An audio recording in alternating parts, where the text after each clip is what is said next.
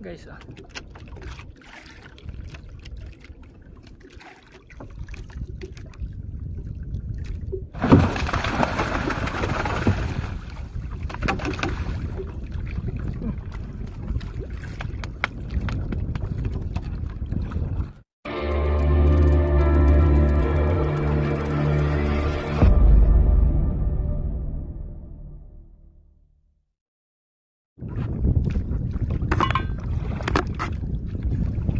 Yan, kumusta mga kaluwot? Andito na naman ako sa laot. Ayan po, nakikita nyo. Night fishing tayo guys. Bali, hinihila ko na pa ano yung pamundo. Titingnan natin kung may pain pa. Dapat laging chinecheck yung bingwit kung may pain pa, para siguradong ano, makahuli yung bingwit natin. Medyo matagal yan guys na ano, na mag-retrieve ng linya kasi medyo malalim. Nasa 30 pa.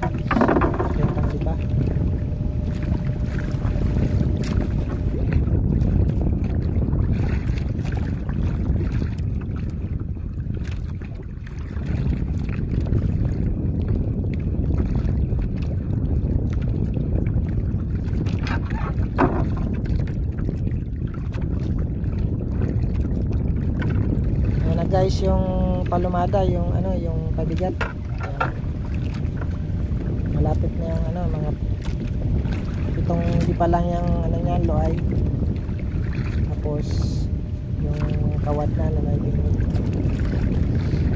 Ilalagyan ko ng kawad yung ano, pamundo kasi minsan tangigi yung sumisibad, mahabol yan pag hinihila mo pa ibabaw yung linya. Mahabulin nyo ng tangigi kaya ng barakuda, kaya dapat may kawad yung bingwit. Nakita nyo ba guys, diba naputol yung ano, yung luay, wala nang bingwit yun. Kinain siguro ng ano, ng barakuda, kaya naputol yung ano, linya kasama yung bingwit. Magpapalit tayo guys ng ano, ng bingwit na may kawad. Dapat ano, may kawad yan. Wala palang kawad yung hinulog ko kanina, kaya naputol. Ngayon lalagyan na natin. Mas sigurado pag may kawad guys, makakahuli tayo ng mga mananabas kasi may kawad yung ano, yung bingwit natin. Yung ibang mga isda hindi naglalagay ng kawad sa pamundo kasi nanghihinayang sila sa ano, sa kawad. Pag nasabit yan sa bahura, sayang. Pero ako, gumagawa naman ako ng kawad, bingwit na may kawad, kaya okay lang sa akin. Kahit pa sumabit sa bahura at naputol yung luay, okay lang.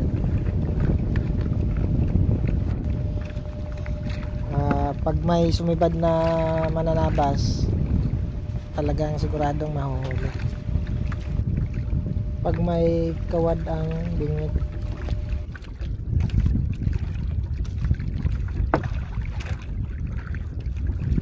Ayan guys, napainan ko na.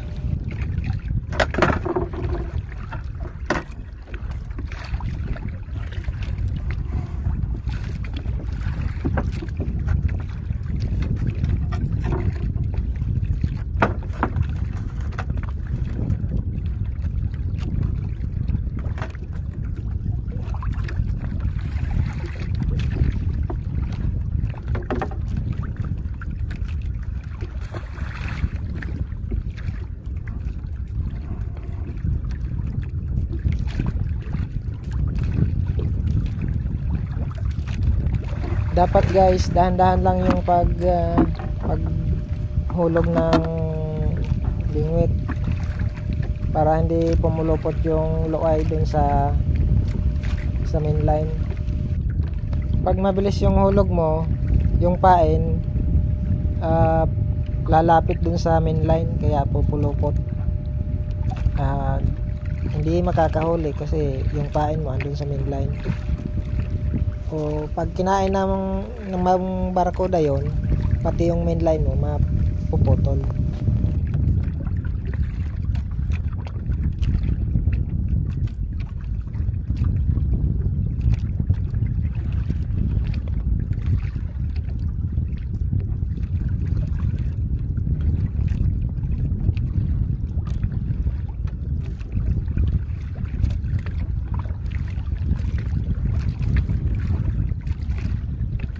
Yung stick pa lang yan guys, ginagamit ko yan panungkit sa minsan kasi sumasabit sa may partaw yung bingwit, yung tansi, panungkit yan kasi minsan doon ko inaano sa may partaw yung pamundo para hindi sumabit sa ugog. Minsan yung ugog naman yung sumasabit sa partaw o kaya sa may dulo ng tarik. Dapat may panungkit ka.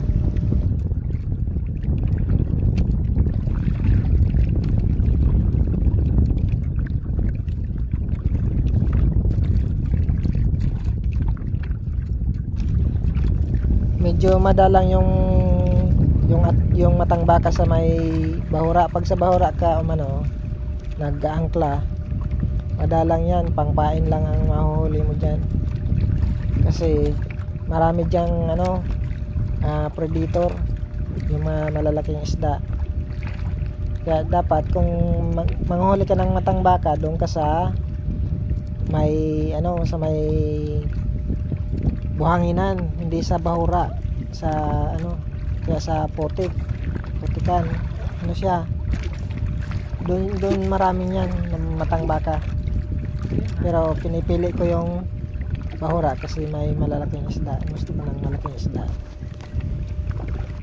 Pag wala pang daraw na na malalaking isda, yung matang baka, tuloy-tuloy ang sibad niyan.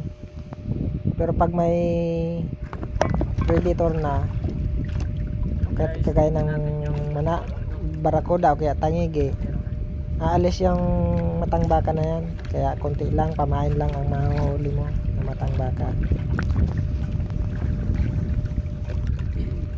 Tingnan natin ulit guys yung pamundo kung may pain pa ba.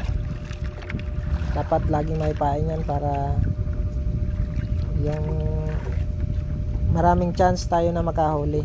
Pag hindi natin chine-check yung bingwit, wala na palang pain, wala, magdamag lang tayong naghihintay, wala palang pain, wala ding sisibad.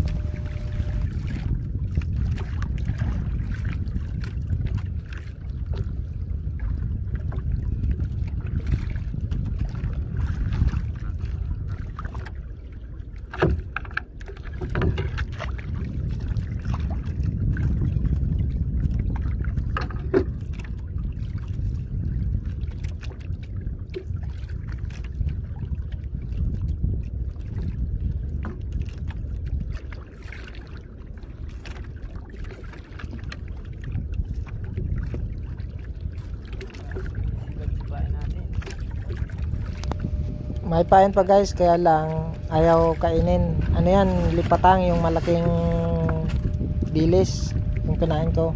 Papalitan natin ng matang baka guys, yung medyo maliit lang.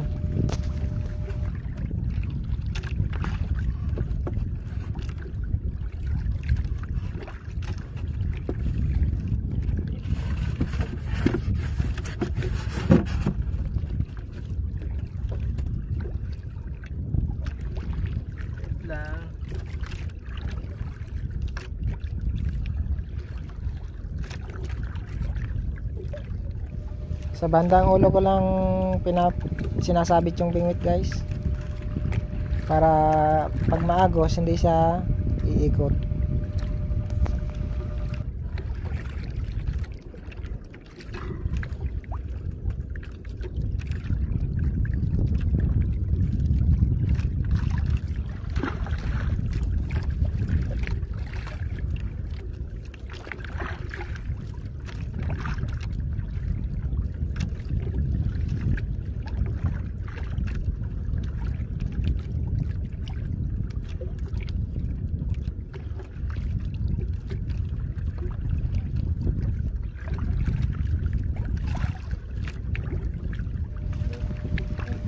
dahan-dahan lang ang paglaglag ng linya ng bingwit para maayos yung pain, hindi pupulupot.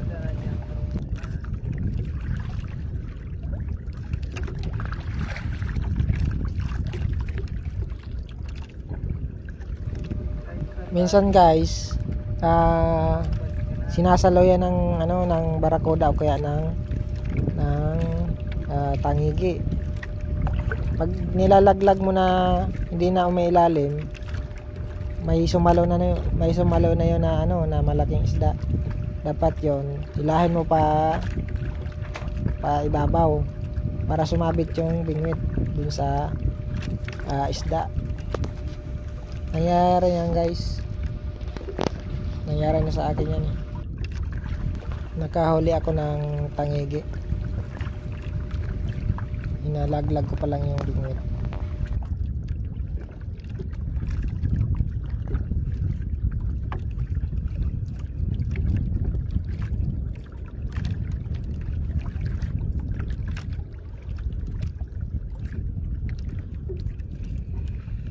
At mamaya na lang guys.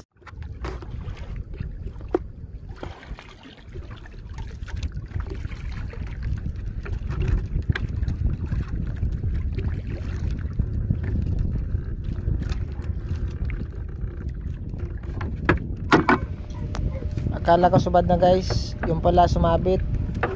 Minsan yung uga po sumusuot kasi yan sa sa mga ilalim ng bahura, kaya ganyan.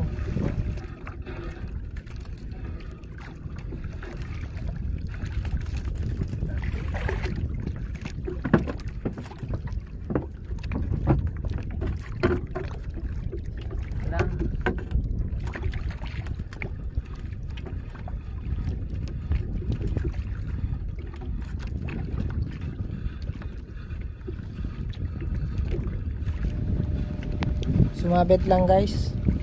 Well, akala ko subad na.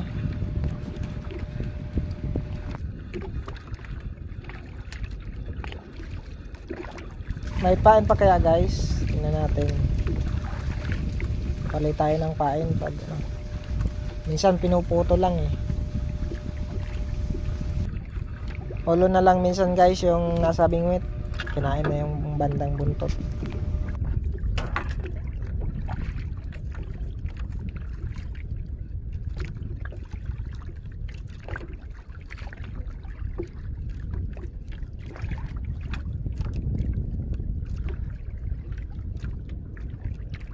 Wala nang pain guys, siguro natanggal nung sumabit sa bahura, kaya kinain ng isda. Kaya lang hindi siya nasabitan yung bingwit yung sumabit sa bahura.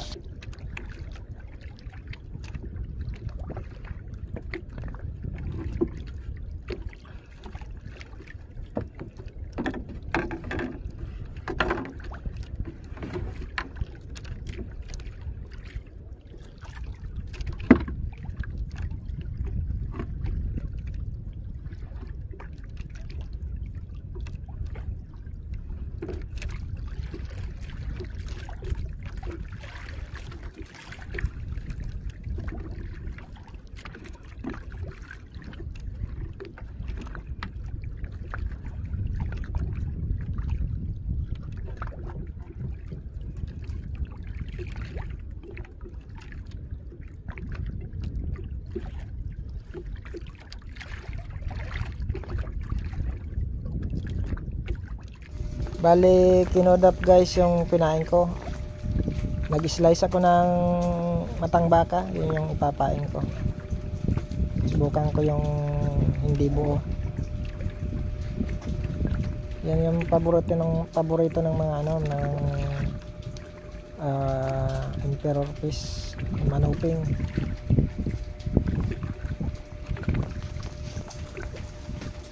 Try lang natin guys.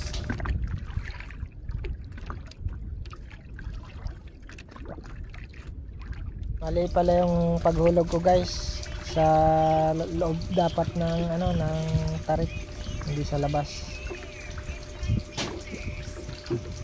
Yan.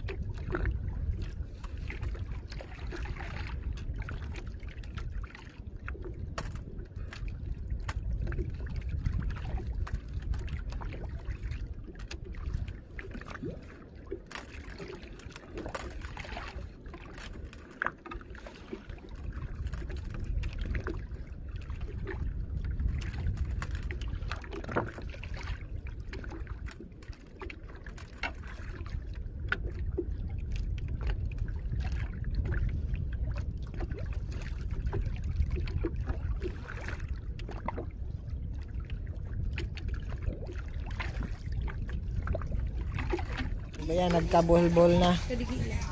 Ano yan? Nino.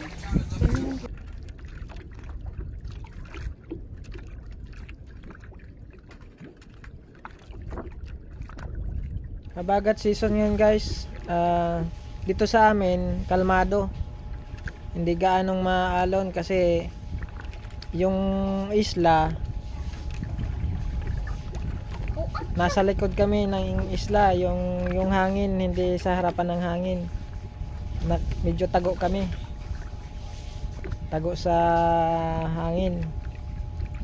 Pero pag lumayo ka sa isla, yun, maalo na yun doon sa ano, sa lawo, sa malayo, sa lawod.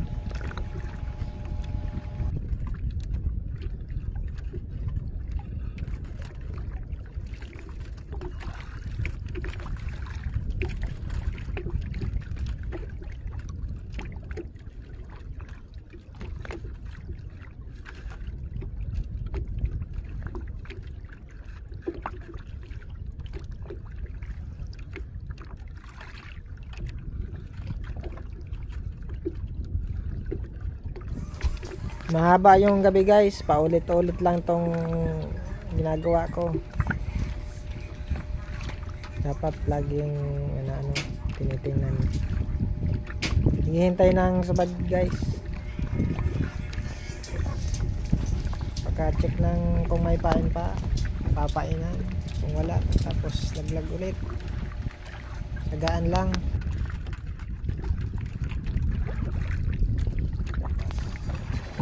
Dapat natsaga ka guys para mayroon nilaga kinabukasan, tapos may pangbenta. Pag tulog ng tulog, walang nangyayari.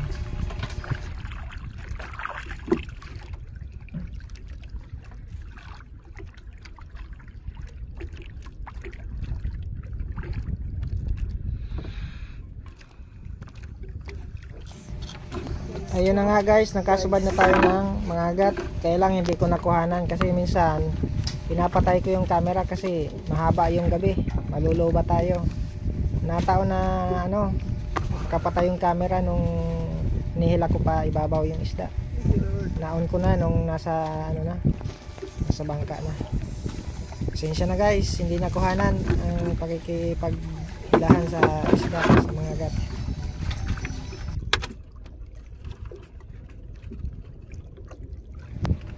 Laglag natin ulit guys para makahuli ulit tayo.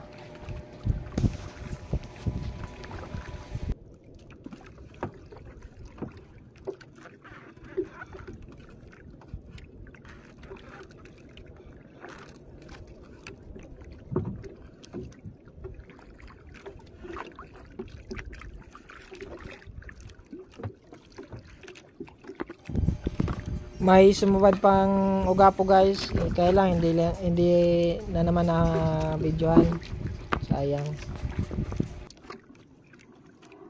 Naka-isang ugapo na ako, saka isang mga agat guys, mali dalawa.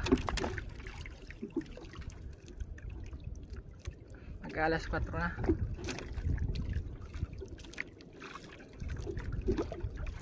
Isang lapo-lapo, saka isang snapper. Tingnan ko yung chat ni Cardo. Wala nang ilaw si Cardo guys. Kung may huli na daw ba ako, lobat daw siya. Kala ko umalis na.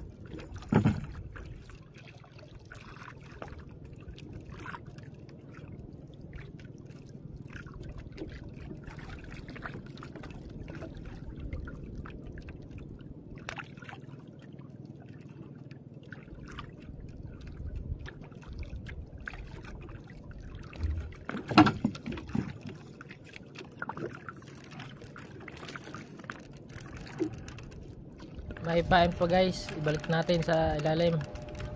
Laglag natin ulit.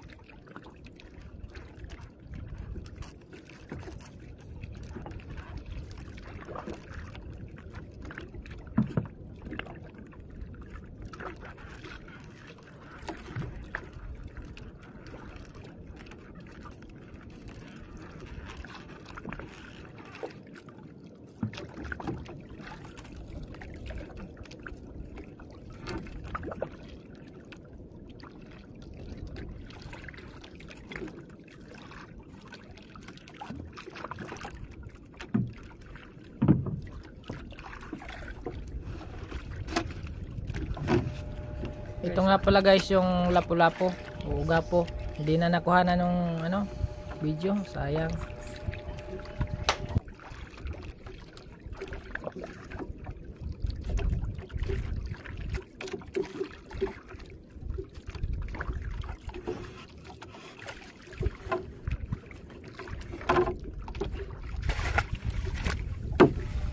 Hinugasan ko yung bigtaw guys. May ng pusit. May tinta ng pusit.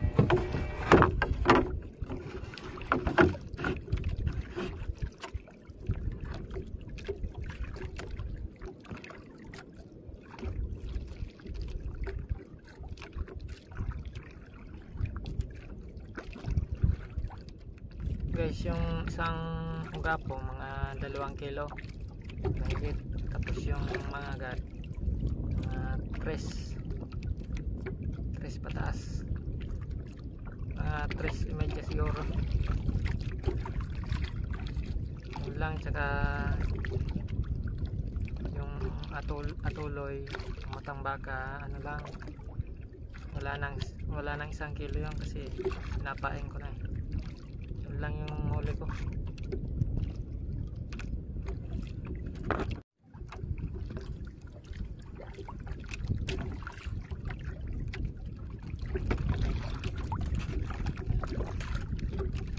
Guys, sugat pa.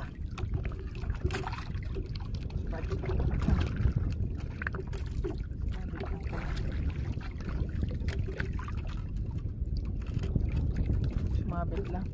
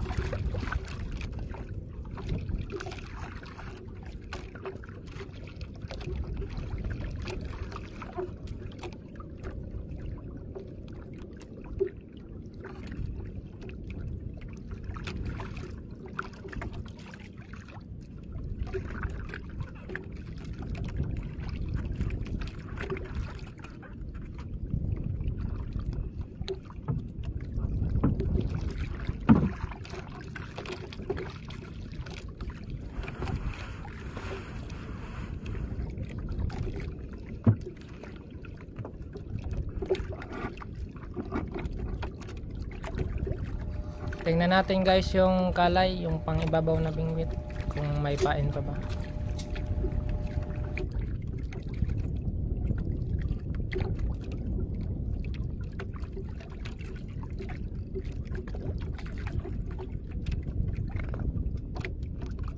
May pain pa guys, yung pang ibabaw kalay.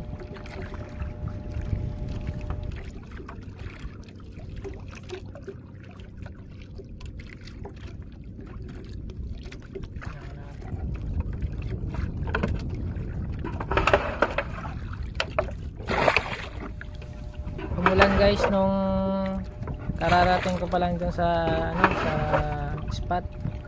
Malakas yung ulan kaya ayan, may tubig yung bangka. Saka may konting leak yung dumadaan sa tubo. May pumapasok na tubig. Kaya ayan, lilimas muna tayo.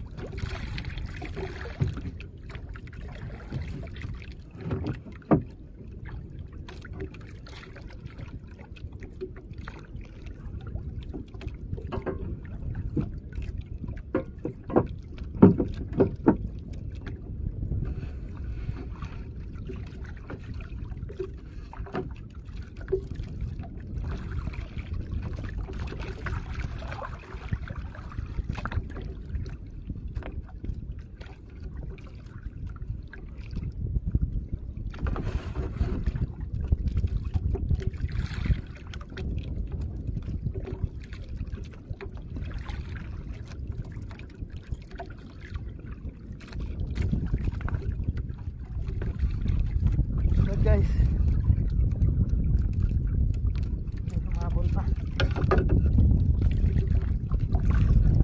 may sumubad pa guys.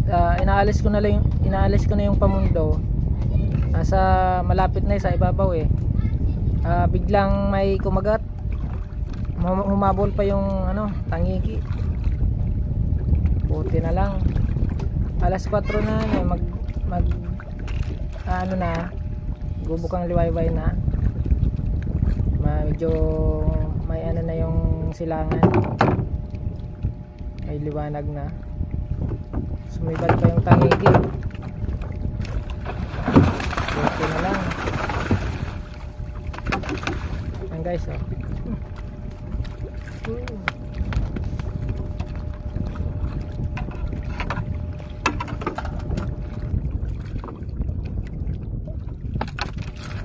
Kaswerte pa guys. Thank you Lord.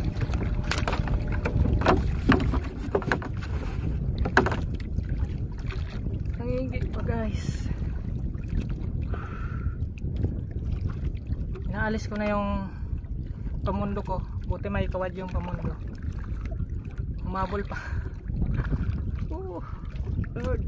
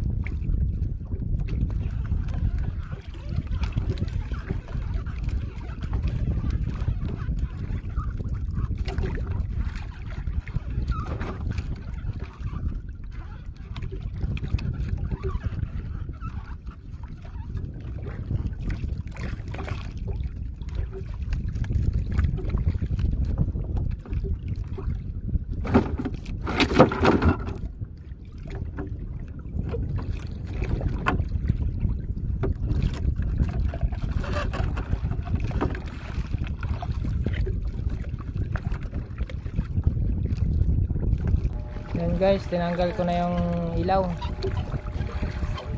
Uwi na tayo.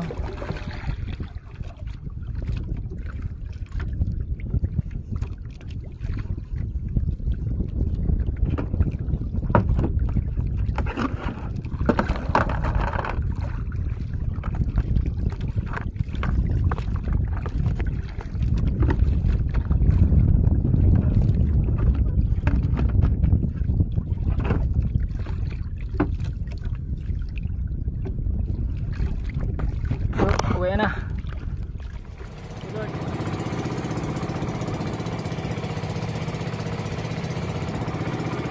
Isang uga po guys, binigay ko kay Cardo kasi wala siyang huli. Nalubat yung battery niya. Tinitingnan ko siya kagabi, hindi ko na makita yung ilaw. Wala na talaga, patay na yung ilaw niya. Kaya nung dumaan siya sa akin, binigay ko yung isang uga po. Yun lang guys.